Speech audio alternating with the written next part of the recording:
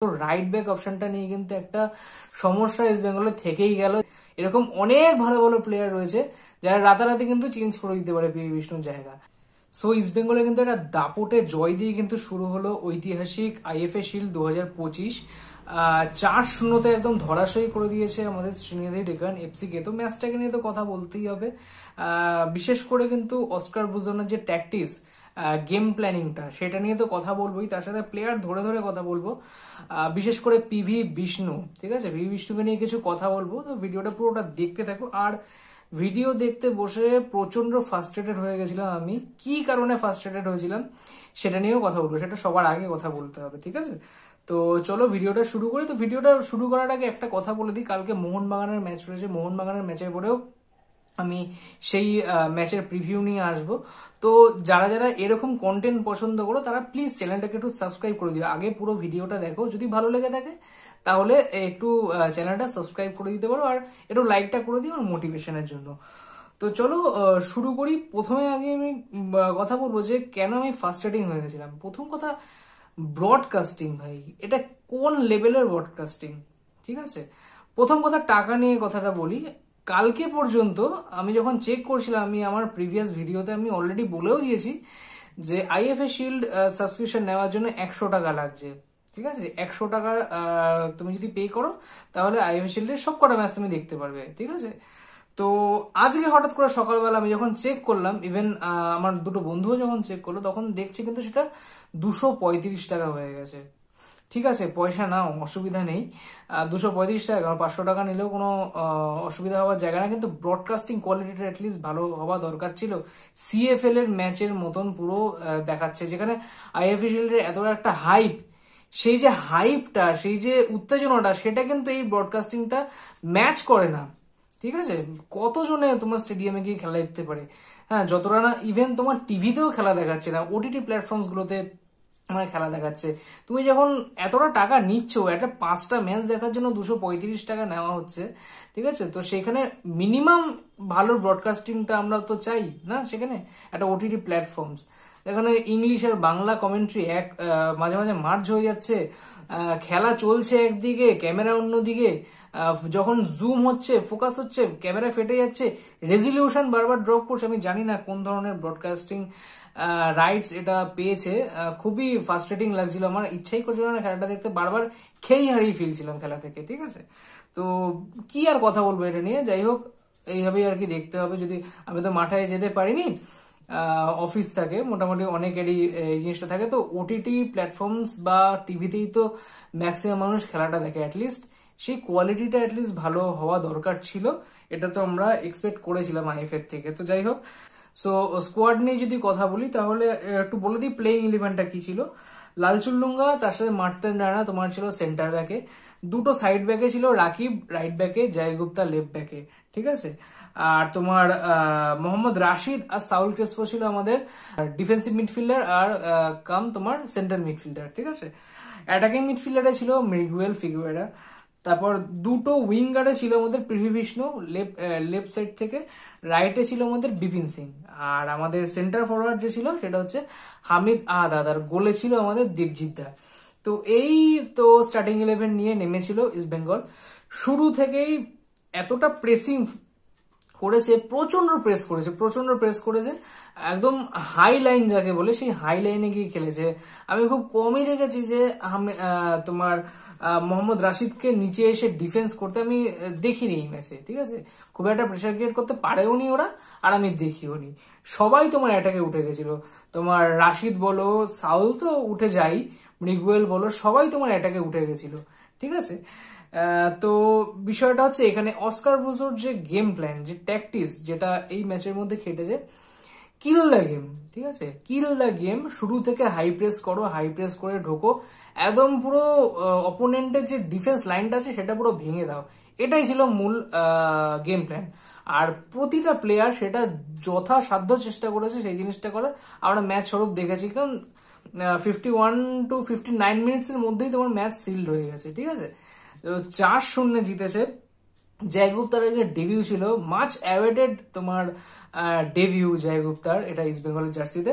আর ডেবিউতে নেমেই প্রথম গোল, আইএফএ শিল্ডের প্রথম গোলই কিন্তু জয় গুপ্তার পা থেকে আসলো। আমার মনে পড়ে না যে লাস্ট কোন ডিফেন্ডার তোমার নিজের ডেবিউতে গোল করেছে। তোমরা যদি জেনে থাকো একটুখানি প্লিজ কমেন্ট করে জানিয়ে দিও। তো এই হচ্ছে ব্যাপার। জয় গুপ্তা অসাধারণ। দেখো জয় গুপ্তার জিনিসটা তো অলরেডি অনেকদিন ধরে সিল্ড হয়েছিল, কিন্তু আমাদের মানে এটাই দেখার ছিল যে জয় গুপ্তা কবে তোমার ডেবিউ করে ইস্ট বেঙ্গলের জার্সিতে। তো আজকে করেছে, অসাধারণ খেলেছে। অ্যাটাকে তো প্রচুর উঠে গেছেই, ক্রস তো প্রচুর দিয়েছেই, উল্টে ডিফেন্ডিংও যথেষ্ট ভালো করেছে। ঠিক আছে, তারপরে যেটা আসি সেটা হচ্ছে মোহাম্মদ রাকিব। রাকিব দেখো এই সব যে ম্যাচ যেগুলো তোমার হচ্ছে একটু উইক টিম রয়েছে বা আইএসএল এরও কোনো উইক টিম, সেই সব ম্যাচে কিন্তু রাকিব চলে যায়, রাকিব কিন্তু কাজ চালিয়ে দিতে পারে। কিন্তু এইটাই যদি কোনো একটা ভাইটাল ম্যাচ হতো, কোনো একটা এরকম অপোনেন্ট হতো যা কিন্তু হাই প্রেস করে, রাকিব কিন্তু সেখানে সম্পূর্ণ পরিমাণে ফ্লপ করে যেত। ঠিক আছে, তো রাইট ব্যাক অপশনটা নিয়ে কিন্তু একটা সমস্যা ইস্ট বেঙ্গলে থেকেই গেল। জানি না কোন রাইট ব্যাক আসবে, এখনো কিছু আমি বলতে পারছি না। তো রাইট ব্যাক অপশনটা কিন্তু ইস্ট বেঙ্গলের দেখতে হবে, রাকিবকে দিয়ে কিন্তু চলবে না। ঠিক আছে, এখন রাকিব খেলে দিচ্ছে, এইটা তোমার বলো শ্রীনিধি ডেকান বলো বা যেসব লুজ টিম বলো, নামধারী বলো, এইসবের এগেনস্টে কিন্তু রাকিব খেলে দেবে। কিন্তু বড় সড়ো টিমের এগেনস্টে পড়লে কিন্তু রাকিব পুরো যে রাকিবকে আমরা চিনি সেই রাকিবই কিন্তু ধরা পড়ে যাবে। তো এই হচ্ছে ব্যাপার। লাল চুলুঙ্গা আর তোমার মার্টিন রায়নাকে যথেষ্ট ভালো লেগেছে। ঠিক আছে, মার্টিন রায়না কিন্তু ফিজিকটা যথেষ্ট ভালো, হাইটটাও যথেষ্ট ভালো। তো নেগেটিভিটিটা অনেক ছড়িয়েছিল মার্টিন রায়নাকে নিয়ে। তো সেই ক্ষেত্রে কিন্তু গেম প্লেটা কিন্তু খুব ভালো শো করছে মার্টিন রায়না। ঠিক আছে, যথেষ্ট ভালো শো করছে। দেখা যাক কতটা কি করতে পারে, আশা করি ভালোই করবে। ঠিক আছে, তারপরে যদি কথায় আসি, মোহাম্মদ রাশিদ আর সাউল গ্রেস প্রচুর অ্যাটাকে উঠে গেছে, প্রচুর অ্যাটাকে উঠে গেছে। সাউল তো অ্যাটাকে উঠে যায়, তার সাথে মোহাম্মদ রাশিদ যে কিনা তোমার একটু লো ব্লক খেলে, একটু ডিফেন্সিভ মিডিওকার যে জোনটা রয়েছে, ব্লকিং জোনটা রয়েছে, সে সেখানটাই খেলে। কিন্তু আজকে আমরা দেখলাম যে সেই রকম তো পরিস্থিতি তো তৈরি করতে পারেনি শ্রীনিধি রেখান, তাই তোমার রাশিদ কিন্তু বারবার উঠে গেছে অ্যাটাকে। ঠিক আছে, যথেষ্ট উঠে গেছে, ভালো কটা শুটও নিয়েছো, কিন্তু গোল হয়নি, সেটা ব্যাড লাক ওর জন্য। আর সাউল সাউল কিন্তু আজকে গোল পেয়েছে। ঠিক আছে, একটা আর এক সব থেকে বড় কথা যেটা বলবো সেটা হচ্ছে সেট পিস। সেট পিস থেকে এত সুন্দর আজকে সেট পিস থেকে কনভার্সন রেটটা আমি বলবো যে অনেকটা বেশি। তার কারণ হচ্ছে ইস্ট বেঙ্গল যেরকম 4টে গোল মেরেছে, সেরকম প্রচুর কিন্তু হেলায় সুযোগ নষ্ট করেছে। অনেক কিন্তু গোল হতে পারতো, 9 করে 7টার মতন গোল তো হতোই। ঠিক আছে, 7-0 হতো যদি সবকটা মানে মোটামুটি একটুখানি যদি আরেকটু মানে পারফেকশন ওয়াইজ যদি ফিনিশগুলো করতো, তাহলে কিন্তু 7টার মতন গোল হয়ে যেত, মানে আরো 3টে গোল হয়ে যেত। তো সেই বিষয়টা দেখতে গেলে যে ঠিক আছে 4-0 তো যথেষ্ট ভালোই, কিন্তু আরেকটু যদি প্রেস হতো আরো ভালো হতো। কারণ এইসব টিমের এগেনস্টে যদি প্রেসিং অতটা ভালো না হয়, তাহলে আর কার বিরুদ্ধে খেলবে।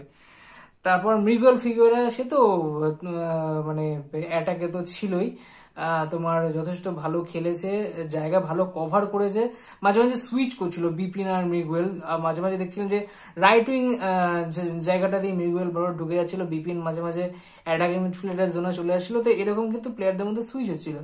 ঠিক আছে, তো মৃগুয়েল নো ডাউট যথেষ্ট ভালো খেলেছে। বিপিন আজকে জোড়া তোমার অ্যাসিস্ট করেছে, একটা গোল হতে পারতো ওর, ব্যাড লাক যে গোলটা ওর হয়নি, না হলে আজকে একটা গোল প্লাস 2টো অ্যাসিস্ট হয়ে যেতে পারতো ওর আজকে। তো যাই হোক, বিপিন যথেষ্ট ইমপ্রেসিভ, ভালো খেলেছে আজকের ম্যাচ। আর হামিদ আহাদার তো গোল পেয়েছে, আর একটা সুযোগ যেটা ছিল সেটা হচ্ছে ও অ্যাসিস্ট পেতে পারতো, সেটা ফিনিশ করতে পারেনি, মানে খুবই ব্যাড লাক সেটা, না হলে ওর একটা গোল আর একটা অ্যাসিস্ট হয়ে যেত আজকে ম্যাচে। তো হামিদও তোমার চোট সারিয়ে ফিরে এসছে, যথেষ্ট ভালো কিন্তু খেলেছে। এবার যেই প্লেয়ারটাকে নিয়ে কথা বলবো সেটা কিন্তু হচ্ছে আমাদের পিভি বিষ্ণু। দেখো ইয়াং প্লেয়ার, প্রমিসিং প্লেয়ার, অনেক কিন্তু আশা রয়েছে ইস্ট বেঙ্গলের নয়নের মণি এই পিভি বিষ্ণু। ঠিক আছে, যথেষ্ট প্রমিসিং প্লেয়ার। তো এই এজে দাঁড়িয়ে একটু যখন লাইমলাইটটা পাচ্ছে, সেই সময় দাঁড়িয়ে যদি একটু কনফিডেন্স, মানে কনফিডেন্স তো বলবো না, ওভার কনফিডেন্সে যদি ও যদি রুগী হয়ে যায় না, তাহলে কিন্তু মানে খুব মানে বাজে হয়ে যাবে জিনিসটা। বাজে ইন দ্য সেন্স এটাই যে প্লেয়ারটা কিন্তু হারিয়ে যাবে।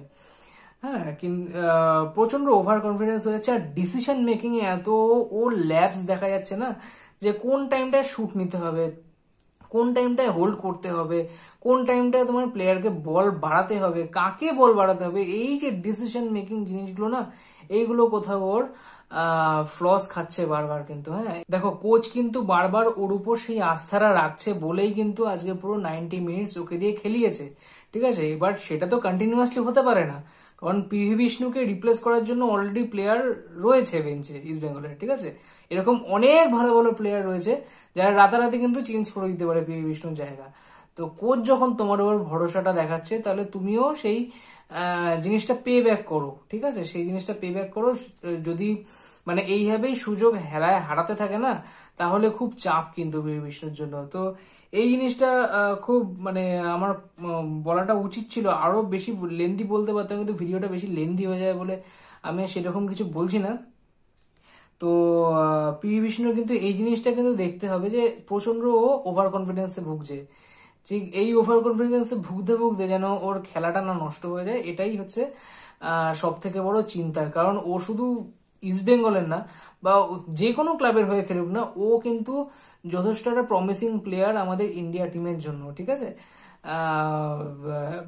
যথেষ্ট ভালো স্কিল রয়েছে, তোমার ড্রিবলিং পাওয়ার রয়েছে, বল ধরতে পারে, বল স্ন্যাচ করতে পারে, বল হোল্ড রাখতে পারে। এত সুন্দর একটা প্লেয়ার যদি এইভাবে হারিয়ে যায়, তাহলে কিন্তু মানে আমরা একটা মানে উজ্জ্বল তারকাকে হারাবো ভারতীয় ফুটবলের থেকে।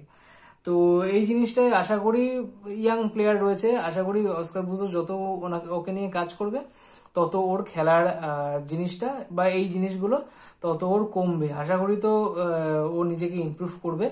দেখা যাক কতটা কি হয়। এখনো তো সিজন বহু বাকি রয়েছে, সবে একটা ম্যাচ হয়েছে, এখনো তোমার নামধারী এগেনস্টে ম্যাচ রয়েছে, আর ফাইনাল মেবি ইস্ট বেঙ্গল মোহনবাগানই ফাইনাল হবে, ঠিক আছে। সেই সব নিয়ে কথা বলবো। তো আজকের ভিডিওটা এই অবধি, বেশি কিছু বলার নেই। যদি ভিডিওটা ভালো লেগে থাকে একটুখানি ভিডিওটা লাইক করে দিও, চ্যানেলটাকে একটু সাবস্ক্রাইব করে দিও, আর দেখা হবে পরের ভিডিওতে। কালকে মোহনবাগানের ম্যাচ রয়েছে, সেই ম্যাচের প্রিভিউ নিয়ে আসবো। তো ততক্ষণের জন্য টাটা, গুড নাইট।